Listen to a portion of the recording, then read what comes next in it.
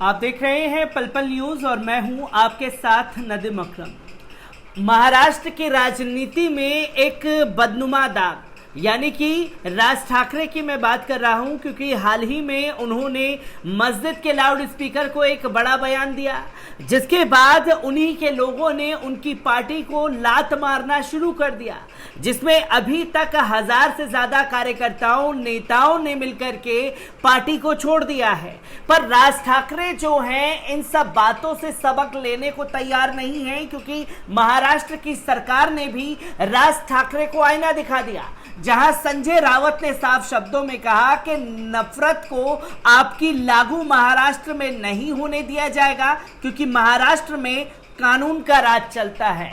इसके बाद खुद महाराष्ट्र के गृह मंत्री ने अजान पर अपने भाषण को रोक करके एक कड़ा संदेश देने की राज ठाकरे को कोशिश की गई। इसके बाद चाहे ऊर्जा मंत्री नितिन रावत हो, चाहे तमाम दिग्गज नेता, हर कोई राज ठाकरे के इस बयान की निंदा करता हुआ दिखाई दिया।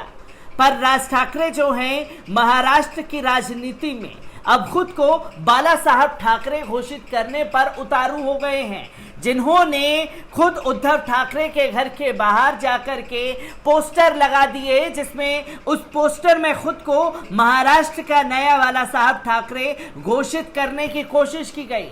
इसके बाद महाराष्ट्र की राजनीति में बड़ी उथल पुथल देखने को मिल रही है। आखिरकार किन किन कार्यकर्ताओं ने पार्टी को राज ठाकरे की लात मार दिया है, एक बार इस रिपोर्ट पर भी नजर डालेंगे। पर सबसे पहले नजर डालते हैं कि आखिरकार अब महाराष्ट्र की राजनीति में पोस्टर वॉर तेज हो गया है। आपको बता दें कि खासतौर पर महाराष्ट्र में आपको बता दें कि राज ठाकरे की महाराष्ट्र नवनिर्माण सेना और उद्धव ठाकरे की शिवसेना इन दिनों आमने सामने हैं। लाउड स्पीकर और हनुमान चालीसा विवाद के बाद अब मनसे ने दादर के शिवसेना भवन के सामने पोस्टर लगाया है। इस पोस्टर में मनसे ने स्वर्गीय बाला साहेब ठाकरे को संबोधित पत्र लिखा है। मनसे ने संबोधन में राज ठाकरे को बाला साहेब का विरासत संभालने वाला बताया है। देखो, आपके सुपुत्र मुख्यमंत्री उद्धव ठाकरे हिंदू होकर हनुमान चालीसा गाने पर रोक लगा रहे हैं, हिंदुओं ने लगाए भोंगे निकलवा रहे हैं। आपका ठाकरे बच्चा आपकी विरासत सही मायने में राज ठाकरे चला रहा है। हिंदुओं के मुद्दे पर उद्धव ठाकरे को सुध बुद्धि दे।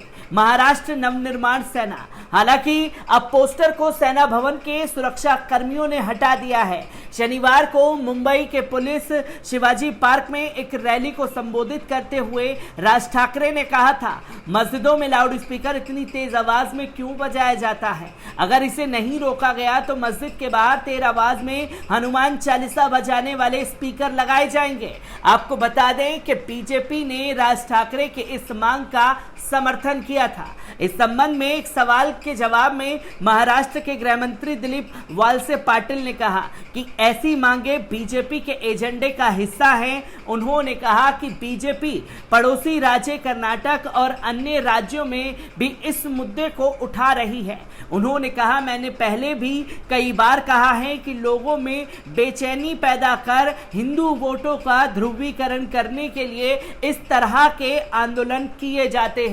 राज ठाकरे की टिप्पणी को लेकर उनकी पार्टी के नेता भी नाराजगी जाहिर कर रहे हैं।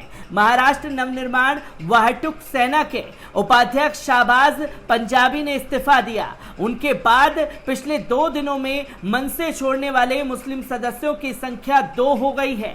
पंजाबी ने कहा कि मुस्लिम समुदाय के कई लोग मेरे इलाके में रहते हैं, जिनके साथ मेरे अच्छे संबंध हैं। लाउड स्पीकर और मदरसों पर राज ठाकरे का बयान गलत है। पुणे में मनसे के एक शाखा अध्यक्ष मजीद शेख ने सोमवार को मनसे में सांप्रदायिकता का विरोध करते हुए इस्तीफा दे दिया था।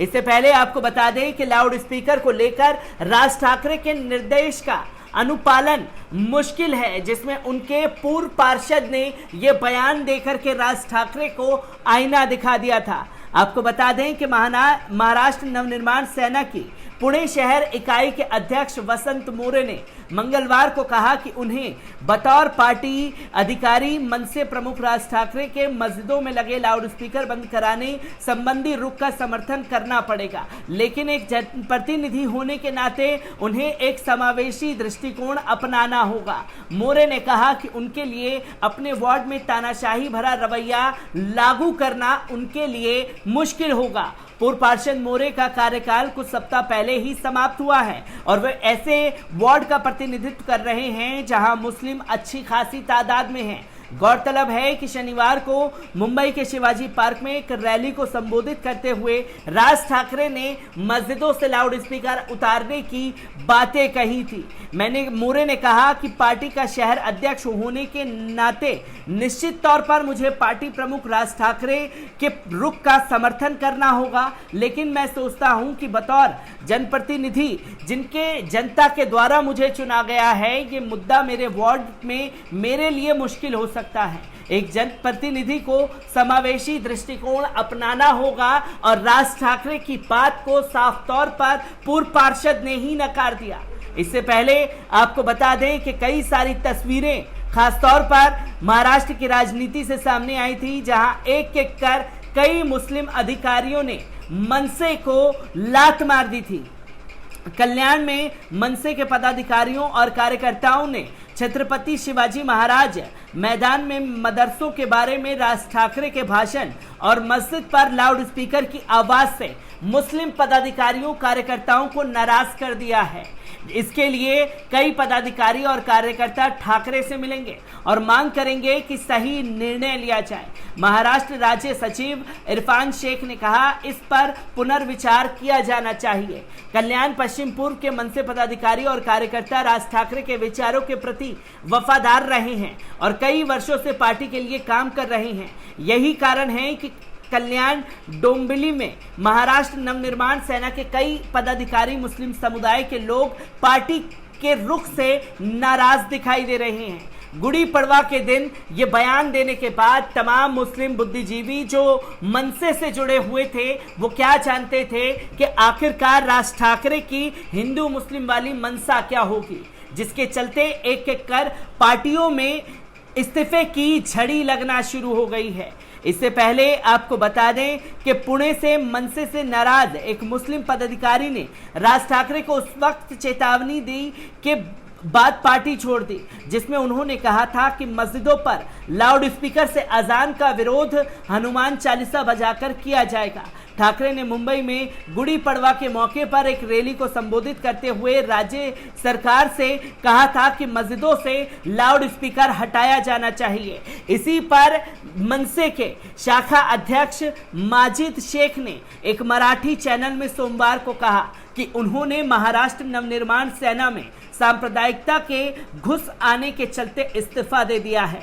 शेख ने कहा कि राज ठाकरे राज्य के विकास के बारे में बातें किया करते थे, लेकिन अब वे अपनी राजनीति के लिए जाति और धर्म का समर्थन कर रहे हैं और ये लिखित स्क्रिप्ट खासतौर पर भारतीय जनता पार्टी द्वारा तैयार की गई है, क्योंकि महाराष्ट्र सरकार के रहते भारतीय जनता पार्टी की महाराष्ट्र में दाल नहीं गल रही है और जब तक महाराष्ट्र में शिवसेना के साथ गठबंधन भारतीय जनता पार्टी का था तो सत्ता की मलाई चाटते रहे और जैसे ही शिवसेना ने अपने आप को खुद में सत्ता पर काबिज होने के लिए अलग किया तो आईना दिखा दिया गया भारतीय जनता पार्टी को।